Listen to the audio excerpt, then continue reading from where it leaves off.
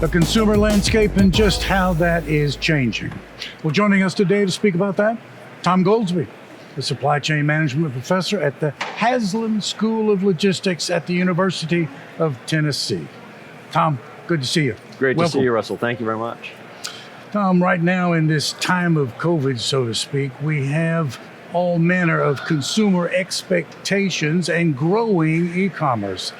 Well, walk us through that, just what's going on, what are the issues, what are the challenges that you see right now? Yeah, well, certainly pre-COVID, at-home shopping, e-commerce was steadily rising.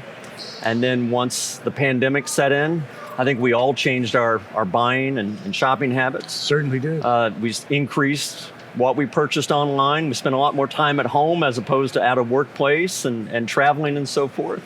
And then there's also a whole segment of our population that undertook e-commerce for the very first time. And I just count my own parents among that set.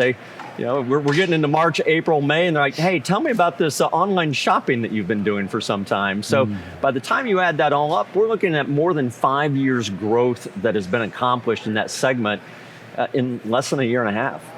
So Tom, if we were to try to picture what you're talking about, it seems to me that fulfillment has got a major challenge just trying to catch up to those expectations. Well, walk us through that. What do you see going on there? What are the challenges? Yeah, certainly. So at the University of Tennessee, over the past year and change, we've tried to understand the physics of urban logistics, and we've broken the problem down into 10 different fulfillment models, 8 different delivery models, and then 6 different returns models. And that's something else we have to keep in mind, is that so much of that product that goes from vendor to retailer, distributor, 3PL, and into the hands of the consumer ultimately comes back in the form of returns. And for apparel merchandise, it can be 30% or more of that product needs to come back. And that's something the partner companies we worked with said, oh, don't forget the returns piece. You know, one of the things I'd like to hear your view on right now is people are experiencing going to the store, going to their grocery stores, and seeing empty shelves. Now, we all remember that when the lockdown first took place, things are disappearing, people were hoarding, etc. Things were starting to get back to normal. But we're seeing some of these shortages cropping up all over again. What's going on in the supply chain? Well, certainly we're hearing the advice in the popular press right now to start doing your holiday shopping now. As we record this, we're just past the midpoint of September, and they're saying go out now and start buying these products. And I think that there's probably some justification for fears and concerns that holiday shopping is going to be challenged. And it deals with the fact that you alluded to the consumer mentality and behavior is spinning rapidly, and our supply chains are unable to keep up. So many of our supply chains are stretched around the world. In this conference, we're hearing so much about delays at ports, difficulty with finding warehouse and transportation workers, delays at various points of transportation and so forth. And so I think it's understandable why there would be that fear and anxiety. I hope that we don't see the panic buying to the scale that we saw directed towards so many grocery products a year ago. But there's no doubt that we have tremendous challenges that we need to try to overcome.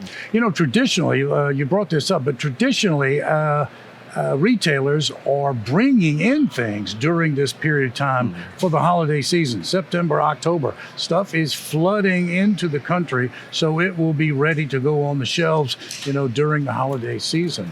And yet all of these stoppages, these blockages, all of these issues are happening. Ships are stacking up outside Long Beach and that sort of thing.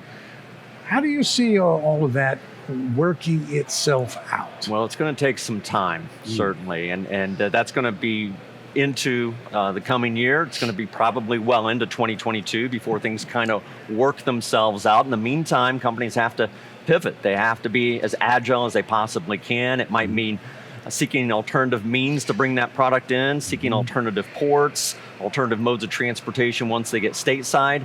But something I'm trying to wrap my own head around is that these things all take touches. It requires workers to make these moves. And as a result of the shortage that we've seen in workforce participation, we're seeing many companies starting to be quite eager to embrace automation. And something that's been on the table for quite some time, but we're starting to see a lot of action in autonomous warehouse operations and other forms of assistance that might help us to be more productive, recognizing the shortage of workforce we have. That's right, that's right. Talk about transportation. Last mile delivery, interesting developments going on there. Walk us through some of those things. Right, so we have what we refer to as your contemporary or conventional logistics service companies that are certainly trying to make plays in that space. That'd be your UPS, FedEx, our very own Postal Service and other players. We see many conventional third-party logistics companies that were traditionally business-to-business orientation saying, wow, the growth seems to be in that business-to-consumer, middle and last mile segments. We're seeing a lot of action there. And of course, incredible sums of investment capital being directed towards startups and platform companies that look to offer yet another alternative for trying to bridge that vendor to consumer gap that we have. Tom, final question. Let's talk about something you raised at the top of the interview. That is reverse logistics, returns. Let's talk about that. What's going on there? Well, I think it's certainly appropriate at this conference that we're recognizing Dale Rogers, who has been studying reverse logistics for many years. And I think that interest in reverse logistics has seen some ebbs and flows, and right now it's just fever pitched. And so I think Dale is a perfect person to recognize at this time in space, and I believe that you've spoken with him in another interview. But there's just incredible action out there. Even the likes of Amazon, they've designed incredibly efficient forward deployment systems, ways to get product from their fulfillment centers through delivery stations to consumers, and they're ill-equipped to handle the onslaught of returns. And it speaks of tremendous business opportunities. There's the old Genco that used to go into retail malls and collect merchandise from a multitude of anchor stores and others in the malls. That was acquired by FedEx, but I understand that there's a lot of development, new innovations that can take place and figure out how can we better accomplish the first mile in returns to be much more efficient. When you've got distributed consumers out there that are all looking for low cost, no cost provision, incredible convenience, how can we effectively get that stuff back and get it back into our inventory for subsequent sell? I think there's tremendous opportunity for managing the physical flow, but also just getting so much smarter about finding the business opportunity, the gold in the garbage, if you will. You know, you mentioned a key phrase right there, the new innovations. And with the consumer landscape changing, shifting the way it's going on, new innovation is so very, very important.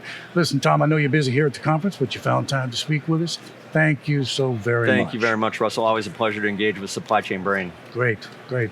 It's Tom Goldsby, University of Tennessee, and speaking with us today about the consumer landscape, how it is changing, how you are changing. Thanks for watching.